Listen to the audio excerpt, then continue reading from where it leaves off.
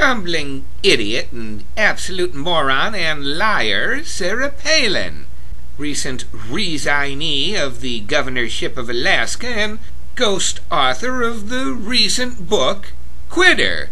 I done wrote it myself. The book can aptly be used to line the bottom of a birdcage, or to leave out on a cocktail table to inspire huge laughs. Everybody loves a good laugh, and Palin sure provides one. A new CBS poll finds only 23% of Americans have a favorable view of the former governor of Alaska, the same as when she quit that job in July. Really, we've just got to put first things first. And first things first, as governor, I love my job, and I love Alaska. We're going to be in really great hands, the capable hands of our Lieutenant Governor Sean Parnell. 38% have an unfavorable view, including 36% of independents, as opposed to 21% of independents who view her favorably. People who read don't seem too thrilled with her either. Walmart having dropped her book's pre-order price from $28.99 down to $10. I'm sorry, down to $9. Wait, $8.98 as of November 5th. One theory, maybe nobody believes her anymore. It's a strong possibility, given the impossibility of tracking all of her lies in the book and in promoting it. The Sarah Palin Dishonesty Tracking Center working overtime. Is that Andrew Sullivan next to the guys from the Associated Press back there? Some of the findings we reported yesterday, plus what we have time for now, just the tip of a very large iceberg. To her credit, the lies display no partisan bias. She lies to the right wing and mainstream alike, mostly that we know of, about the campaign, for which there is plenty of rebuttal evidence, much of it from her own words. We told you last night, Palin claimed she wanted to do Saturday Night Live while her own emails from the time said otherwise. Today on ABC, Palin complained that Saturday Night Live made up things she never said, apparently saying so oblivious to the definition of parody. She strongly implied that she never said anything like, "I can see Russia from my house." I think that there was a blurred line there between what Tina Fey was parodying and saying and what I ever said. Let's take, for instance, she saying, "I can see Russia from my house," pretending that she was me. And I can see Russia from my house. Well, of course, I've never said that, and yet the line was blurred, and I think people, because it was repeated so often, perhaps believed that I had said such a thing. You can actually see Russia from land here in Alaska. Well, explain to me why that enhances your foreign policy credentials. Well, it certainly does. As Putin rears his head and comes into the airspace of the United States of America, where do they go?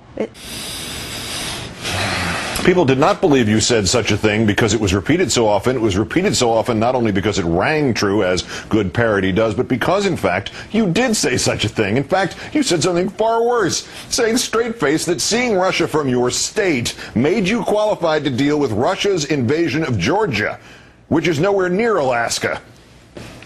What insight into Russian actions, particularly in the last couple of weeks, does the proximity of this state give you? They're our next-door neighbors, and you can actually see Russia from land here in Alaska, from an island in Alaska. But she has no national security experience. Remember, Alaska is the closest part of our continent to Russia. What experience does she have in the field of national security? She happens to also represent be governor of a state that's right next to Russia. She understands Russia. Alaska is right next to Russia. She understands that. Spur of the moment attempts to make herself look better. For instance, in the clip you were about to see, Palin either lies to Oprah Winfrey, and you don't lie to Oprah Winfrey, oh no, or she reveals that she lied to the McCain campaign. The context was Palin telling Oprah Winfrey that after she told a reporter she disagreed with the campaign decision not to fight for Michigan, she defended herself against campaign staff criticism by saying, in essence, well, I only told the reporter that because this was the first I was hearing about Michigan, that it was the reporter who told her. For instance, they saying, "What do you think about the campaign pulling out of Michigan?" And I think, darn, I wish we weren't. Every vote matters. Can't wait to get back to Michigan. And then told afterwards that, "Oh, you screwed up. You went rogue on us, Sarah. You're not supposed to be." And my reminder to the campaign was, I didn't know we pulled out of Michigan. My entire VP team, we didn't know that we had pulled out of. I'm sorry. I apologize. But speaking candidly to a reporter, you heard it from the right, first. Right. So she told the McCain campaign, or told Oprah Winfrey that she did, quote, "I didn't know we pulled out of Michigan." Surprise, that's not what she told the reporter who asked her about Michigan. She not only told him she already had read the news, but said that it was not a surprise. Well, that's not a surprise because the polls are showing we're not doing as well there, evidently, as we would like to. But I read that this morning also. And then there are the truly inexplicable lies, the lies that seem to serve no purpose unless she thinks they will please her audience of the moment. CBS News reports that Sarah Palin herself told the McCain campaign that her daughter Bristol was pregnant. She told Ms. Winfrey she was surprised the McCain campaign knew that. I would have thought that you would have been concerned about them finding out about Bristol's pregnancy. Weren't you surprised that they knew? Because at the time, only the family knew. I was surprised that they knew. Perhaps strangest still are the gratuitous lies that serve no purpose and that no one outside her family could disprove. Who, for instance, could possibly say whether she held a family vote on whether she should run for vice president? If she stuck with just one answer, no email nor disgruntled aide could say otherwise. The only person in this case who could reveal that truth simply does not matter to her is her.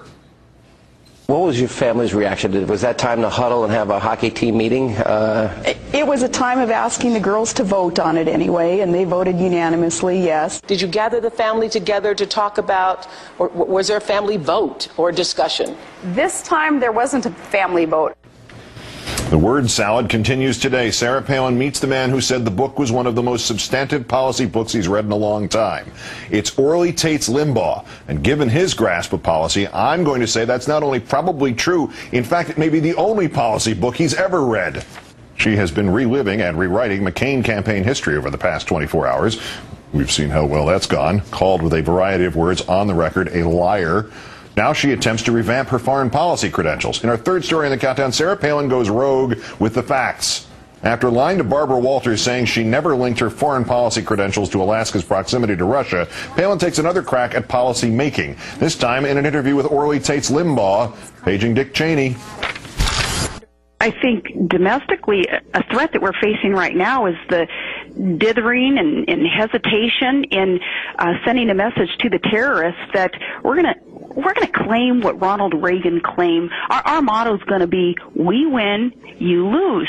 The way that we do that is allow McChrystal to have the reinforcements that he's asking for in Afghanistan. That sends that message to the terrorists over there that, no, we're going to end this thing with our victory. This decision comes after much consideration, prayer and consideration. First things first, as governor, I love my job. We're going to be in really great hands, the capable hands of our Lieutenant Governor Sean Parnell.